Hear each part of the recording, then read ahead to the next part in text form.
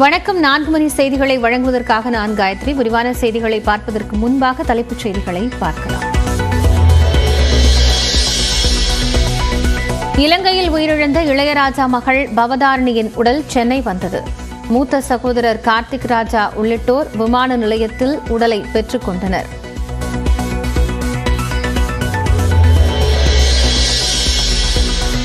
சென்னை தியாகராய நகரில் உள்ள இளையராஜாவின் வீட்டில் பவதாரணியின் உடலுக்கு அஞ்சலி செலுத்த ஏற்பாடு. தேனி மாவட்டத்தில் உள்ள இளையராஜாவின் சொந்த ஊருக்கு உடலை கொண்டு செல்லவும் ஏற்பாடுகள் தீவிரம்.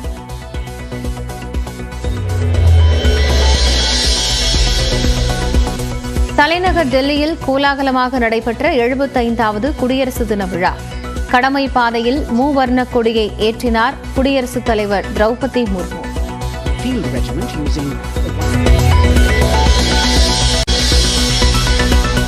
டெல்லி கடமை பாதையில் அணிவகுத்த பல்வேறு மாநிலங்களின் 23 அலங்கார ஊர்திகள். தமிழ்நாட்டு ஊர்தியில் இடம்பெற்ற உத்தரமேரூர் கல்வெட்டு மாநில அரசின் முத்திரை திட்டங்கள்.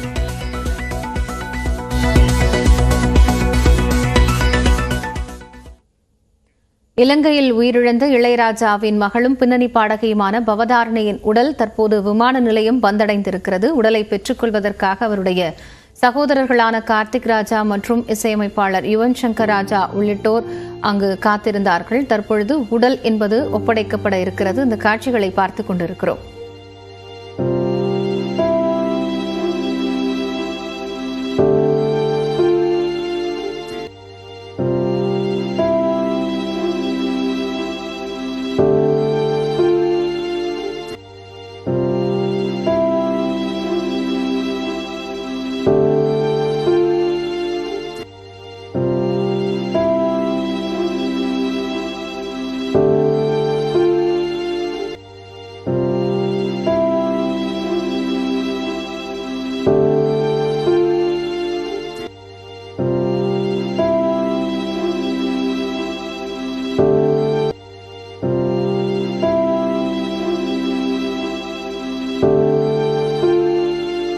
கூடுதல் விவரங்களோடு செய்தியாளர் செந்தில் ராஜா இணைந்திருக்கிறார். அவரோடு பேசலாம்.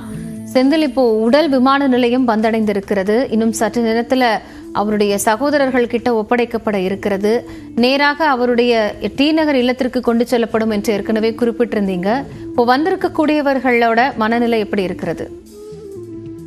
காயத்ரி, இசையமைப்பாளருடைய மகளான பவதாரணி நேற்று மாலை காலமானார். இவர் இந்த நிலையில் தான் 3:30 மணி அளவில் இலங்கையில் இருந்து சென்னைக்கு விமான நிலையத்திற்கு அவருடைய உடல் எடுத்து வரப்பட்டது. இப்போது அந்த ப்ராசஸ் எல்லாம் முடிவடைந்து அங்கு இருக்கக்கூடிய அவருடைய உறவினர்களான கார்த்திக் ராஜா மற்றும் யுவன் சங்கர் ராஜா ஆகியோருடன் உடல் ஒப்படைக்கப்பட்டிருக்கிறது. தற்போது அவருடைய உடலானது அங்கிருந்து வாகனத்தின் மூலம் கொண்டு வர, ஆம்புலன்ஸ் வாகனத்தின் மூலம் கொண்டு வரக்கூடிய அந்த வாகனத்தில் ஏற்றிக் கொண்டிருக்கிறார்கள்.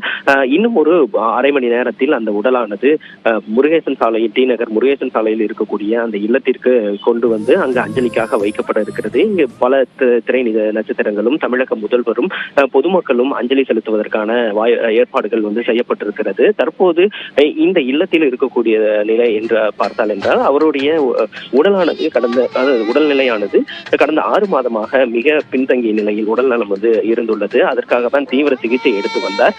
இந்த நிலையில் தான் அந்த புற்றுநோயானது தீவிரமாக இருக்கும் நிலையில் யுவன் சங்கர் ராஜாவுடைய நண்பர்கள் கூறியதை அடுத்து இலங்கைக்கு அழைத்து சென்று அங்கு அந்த மருத்துவ சிகிச்சைகள் வழங்கப்பட்டு வந்தது. இந்த நிலையில் தான் அவர் இருந்தார்.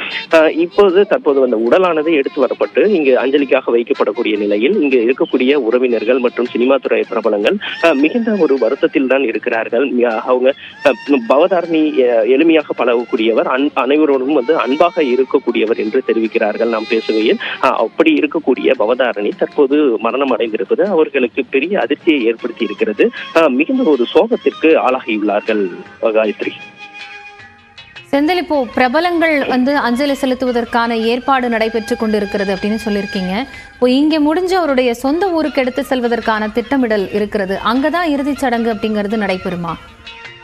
நிச்சயமாக காயத்ரி, இன்று இரவு வரை இங்கு உடல் வந்து வைக்கப்படுகிறது. முருகேசன் சாலையில் இருக்கக்கூடிய இளையராஜாவின் இல்லத்தில் வந்து வைப்பதற்காக திட்டம். அதாவது நேற்றே வந்து இளையராஜா தன்னுடைய உறவினர்களிடம் வந்து தெரிவித்திருக்கிறார். ஏனென்றால் தன்னுடைய சொந்த ஊருக்கு எடுத்து சென்று அங்கு அஞ்சலிக்கு வைத்து அங்குதான் இறுதி சடங்கு வந்து நடைபெற வேண்டும் என்று தன்னுடைய விருப்பத்தை அனைவரிடம் தெரிவித்திருக்கிறார். அவருடைய விருப்பத்தை தொடர்ந்து தற்போது இன்று முழுவதும் தீநகரில் இல்லத்தில் வந்து அஞ்சலிக்காக வைக்கப்பட்ட பிறகு இன்று இரவு 12 மணிக்கு மேல் வந்து சொந்த ஊரான பண்ணையபுரம் மற்றும் பவதாரணியுடைய கணவர் இல்லம் அமைந்திருக்கக்கூடிய அந்த லோயர் கேம்ப் பகுதிக்கு எடுத்து சென்று அங்கு வந்து இறுதி சடங்கு வந்து நடைபெறும் என்று நமக்கு தகவல் கிடைத்திருக்கிறது காயத்ரி. செந்தில், இப்போ பவதாரணியினுடைய உடல்நிலை கடந்த 6 மாதங்களாக மிகவும் மோசமாக இருந்தது அப்படின்னு குறிப்பிட்டிருக்கீங்க.